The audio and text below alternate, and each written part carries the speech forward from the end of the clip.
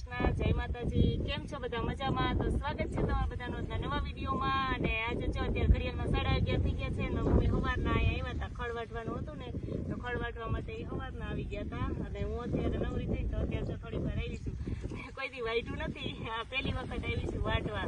ભલા હું એ ટ્રાય કરું કે વટાય કે નહીં એમ। તો એ જો વાટતા હતા ને જો બપોર થવા આવ્યા છે તો હું હમણાં નવરી થઈ પછી આવી હું પહેલો હું થોડું વાટતા શીખું કેવું વટાય એમ।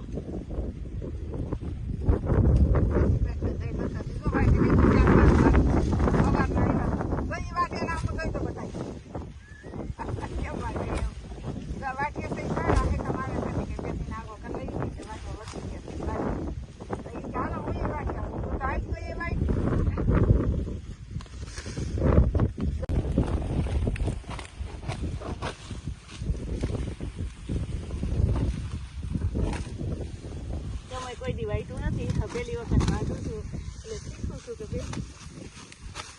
વાંચતા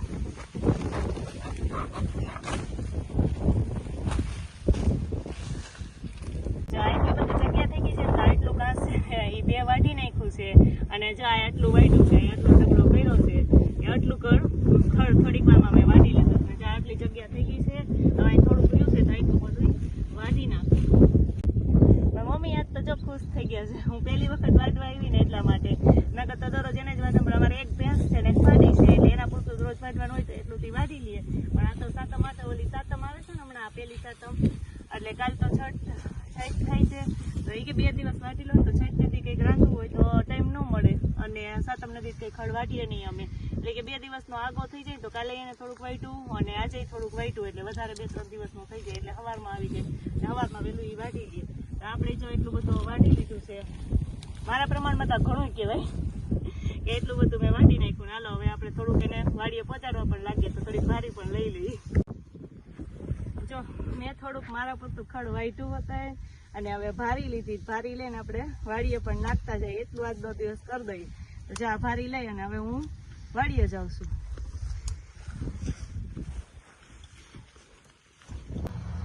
જો અત્યારે ઘડિયાળમાં થઈ ગયા છે 7 અને મીસુબેન તો 5 વાગ્યાના સ્કૂલેથી તો આવી ગયા છે અને સ્કૂલેથી આવીને હોમવર્ક ને એવું બધું કરી લીધું અને મેં જો બપોરે તો વાડીએ બેઠી થોડીક વાર, પછી વાડીએથી આવીને આખો દિવસ ઘરનું નાના મોટું બધું કામ પૂરું કર્યું, ઘડીક વાર મારે તો મશીને બેસવાનું છે એ કર્યું અને અત્યારે જો આજે મારે સિંગ ભજીયા બનાવવા છે। સિંગ ભજીયા બનાવવા માટે મેં બધું જો આમાં સામાન મારો સામગ્રી બધી તૈયાર કરી લીધી છે। જો આ દાણા લઈ લીધા છે અને જો આ બધા એના મસાલા છે, આ બધા મસાલા તૈયાર કરી લીધા છે સિંગ ભજીયામાં નાખવાના અને આ લોટ લઈ લીધો છે થોડોક આપણો ચણાનો। આ લોટ મેં બજારનો જ લીધો છે, ઘરનો લોટ અમે ભજીયામાં એમાં તો ઘરનો વાપરીએ, આમાં ઘરનો લોટ નથી લીધો, બજારનો લોટ લીધો છે અને હવે બધું હાલો આપણે સિંગ ભજીયા બનાવવા માંડીએ। તો જો આપણે આ સિંગ ભજીયા માટેનું બેટર તૈયાર કરી લીધું છે।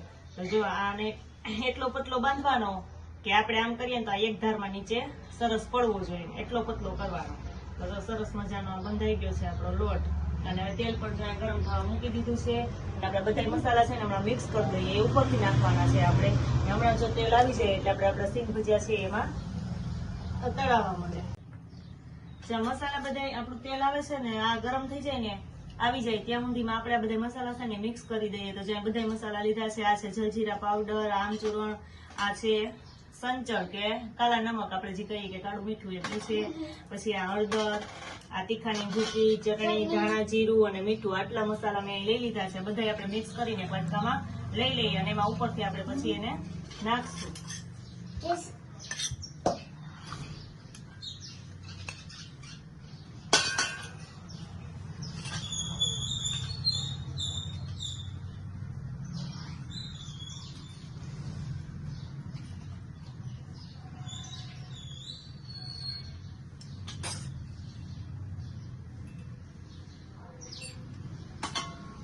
બધા મસાલા જો સરસ મજાના મિક્સ થઈ ગયા છે અને મિક્સ કરીને રાખી દઈએ પછી ઉપરથી આપણે સિંગ ભજીયામાં એને છાંટી દેવું।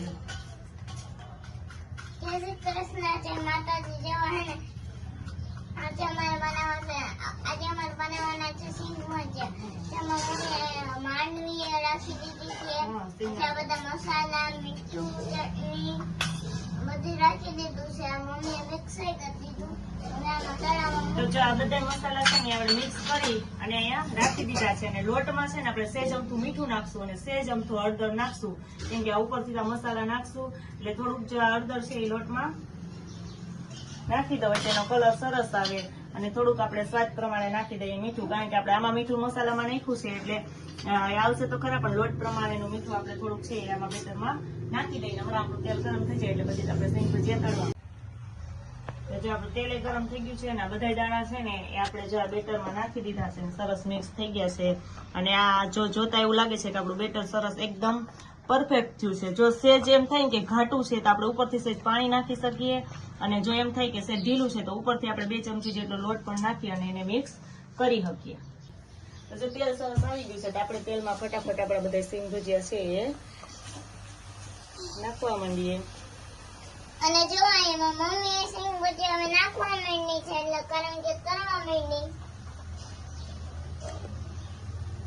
થી જો આપણે જો કોઈ ભેગા ભેગા હોય અને આવી રીતે આપણે ચમચાથી અલગ અલગ કરી નાખશું.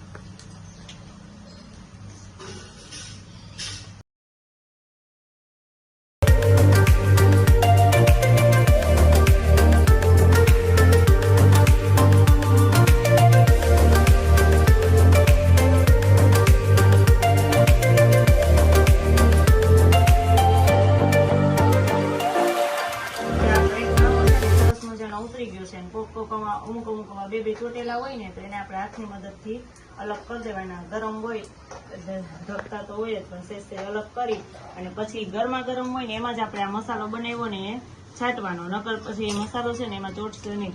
તો આપણે ફટાફટ આ મસાલો બનાવ્યો ને એમાં ભેળવી લઈએ. પછી થોડો થોડો જેમ જેમ ઘાણો ઉતરતો જાય ને એમાં આપણે ભેળવતા જવાનું.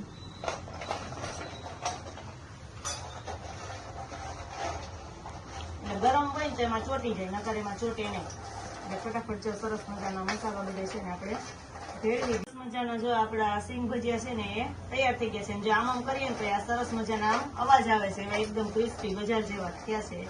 હવે સ્વાદમાં તો કેવા હોય હમણાં ચાખીએ. તો જો આ સિંગ ભજીયા બની નાખી થાળી ભરાઈ ગઈ છે ને હું મારી મમ્મીને નિશુને બેને ચખાડું કેવા બન્યા. નિશુબેન તું અને બા બે ચાખીને કયો તો ખરા કે કેવા થયા છે એમ. ગોતી ગોતી એક જ દેવાનું છે બા નહીં હે. તો જો અમારા સિંગ ભજીયા છે ને બનીને સરસ મજાના તૈયાર થઈ ગયા છે. બધાને ચખાડ્યા ભાઈવા, મમ્મીને તો ભાઈ કે સરસ થયા છે, એકદમ ક્રિસ્પી અને મસ્ત. જો મળીએ ને આમ કરીએ ને ખપડે એવા સરસ મજાના થયા છે. અને આ સાથે આજનો આ વિડીયો પણ અહીંયા પૂરો થાય છે. જો અમારો વિડીયો તમને ગમ્યો હોય તો લાઈક કરજો, શેર કરજો, જો ચેનલમાં નવા હોય તો સબસ્ક્રાઇબ કરવાનું ભૂલતા નહીં.